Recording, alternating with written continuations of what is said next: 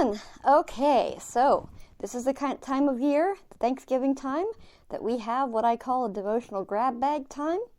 So today's will come from Sarah Tummy's blog, which is I don't really know what it is. It's children count and something about compassion, but yeah. Anyway, let's see if it even says. Okay. We're gonna read that one today. So today is November 22nd, Sunday, 2020. Okay. Faith, Life, and Compassion is the actual name of it, but if you look up Children Count, all one word, you'll find her blog. So it's on WordPress. So here we go. This morning I had the first installment of Bible Gateway's new Thanksgiving devotional. You can sign up here to get the email, and then, yeah, she has a link. I wish we had Thanksgiving here in the UK. It never does any harm to remind ourselves to be grateful. Anyway, today's passage was Exodus 15, verses 1 through 19, the song of praise sung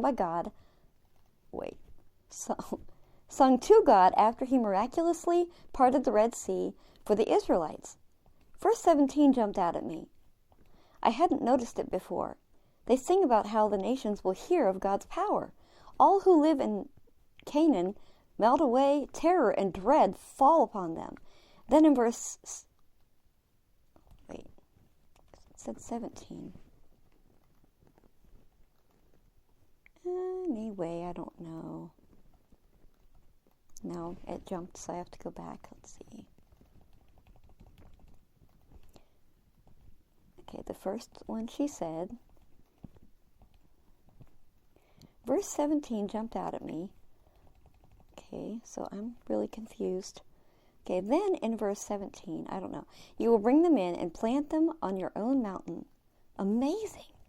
They're proclaiming that with absolute certainty that God will bring them in to their promised land. It immediately made me think of later on when they were in the opposite frame of mind.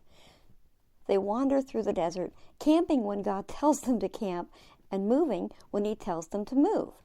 They get to the border of the promised land, and Moses sends 12 spies in to explore. They come back with an evaluation. It is indeed a bountiful country, a land flowing with milk and honey. Here is the kind of fruit it produces. But the people living there are powerful, and their towns are large and fortified. We even saw giants there. Numbers 13, verses 27 and 28.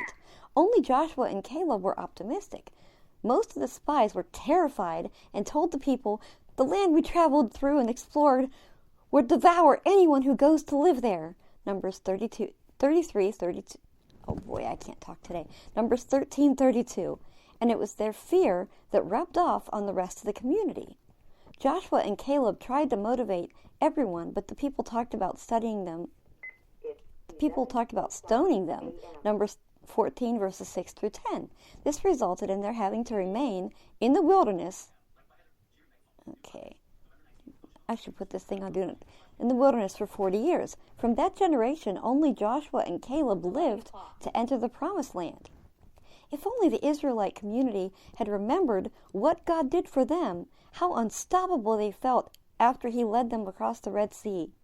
It encourages me to stay strong in my faith, not just when things are going well, but also when times are hard and things seem to be against me.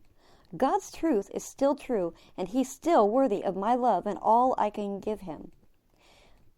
I can really relate to that post too, because, what she says there, God is still good. And everything like that. I've been, with losing Jeff and everything, that really has kind of changed things a lot for me. But you know what? God is still good. God still, even just today, his sense of humor amazes me sometimes. Just the things that he'll do and that he'll show me, and I really praise God for that. Anyway, may the Lord bless you all and be with you till tomorrow.